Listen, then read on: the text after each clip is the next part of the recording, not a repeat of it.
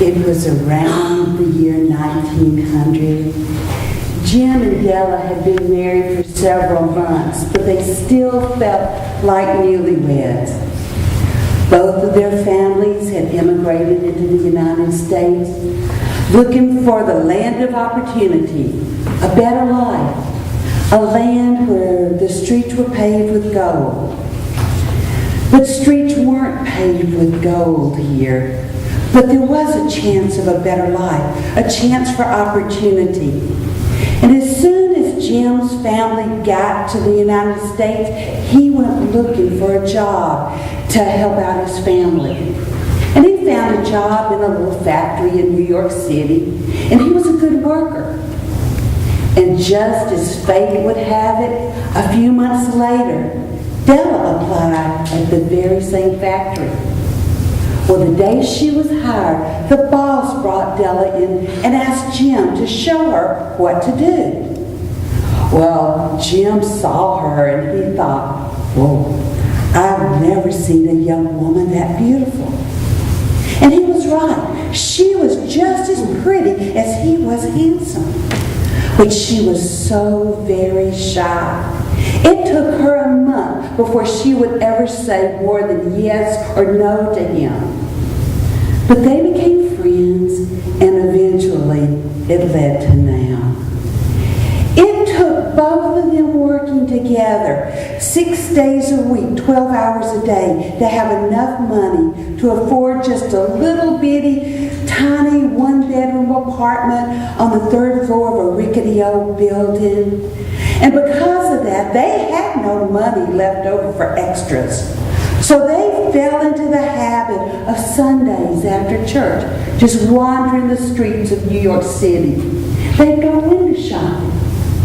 Well, no matter which direction they went in, they always ended up at the same 2 stores. Della's favorite store was a hair store. It's where a lady would cut your hair and she would pay you for it. And she would use your hair to make wigs out of. And in her display window, she would have the wigs and she would have hair combs and brushes and barrettes, all sorts of things for beautiful hair.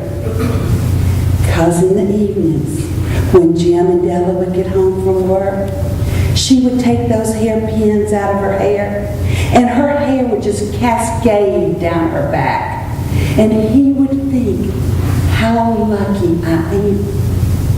And on Sunday afternoons, when they stood in front of the hair store window, Jim would look at Della and say, one day, I'm going to buy these for you.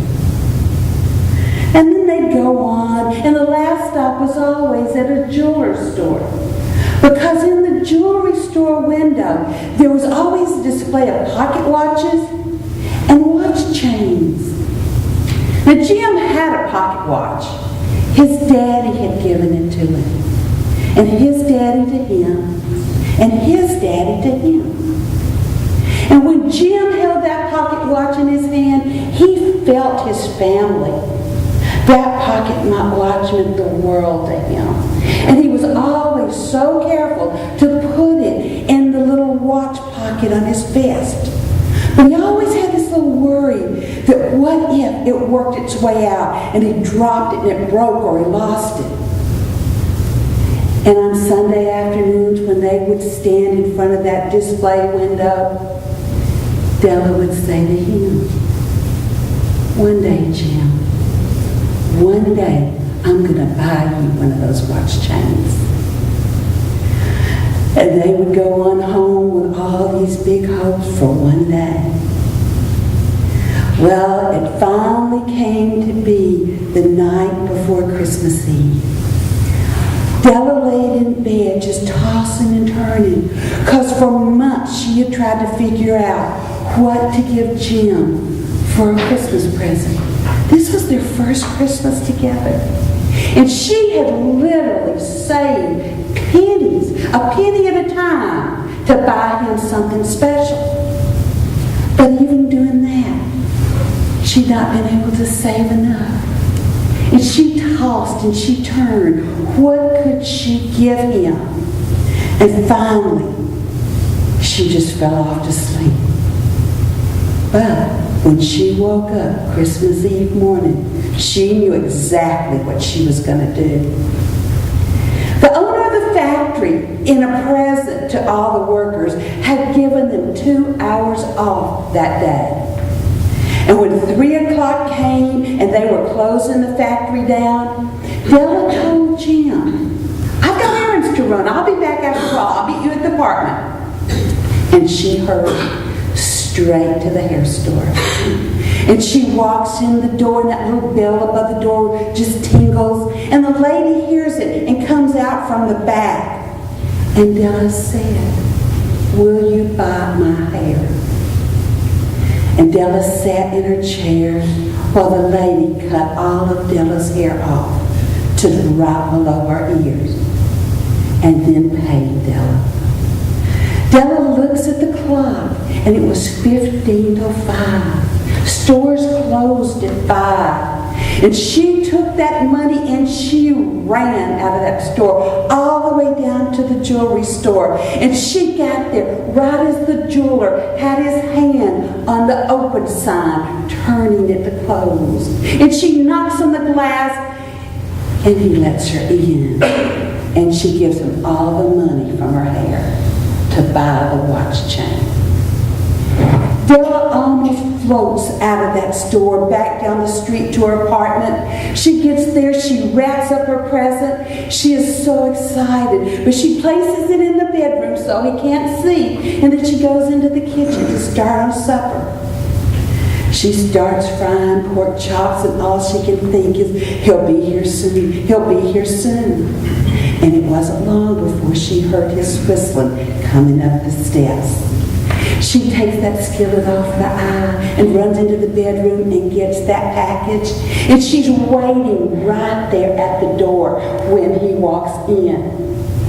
He opens the door, and there's Della, but her hair's gone. She doesn't seem to see his surprise at it because of her excitement. She takes him by the arm and she pulls him over to the couch. Here, open what I've got for you. Open it. And he sits there and he takes the paper off the present. And he sees the watch chain, the one that he's been wanting so badly. And he just looks at her and kind of lets out a little laugh. And he reaches over to his coat pocket and he pulls out the package that he has for her and hands it to her. She tears that paper off. She pulls the top off that box, and right there in that box on a little pillow of cotton where the hair comes. Well, she couldn't use the hair combs anymore. But then again, Jim sold his watch to be able to buy them. He couldn't use the watch chain. Probably in over 50 years that they were married, they never had more useless gifts to each other. But then again, they probably never had any more gifts given with true love.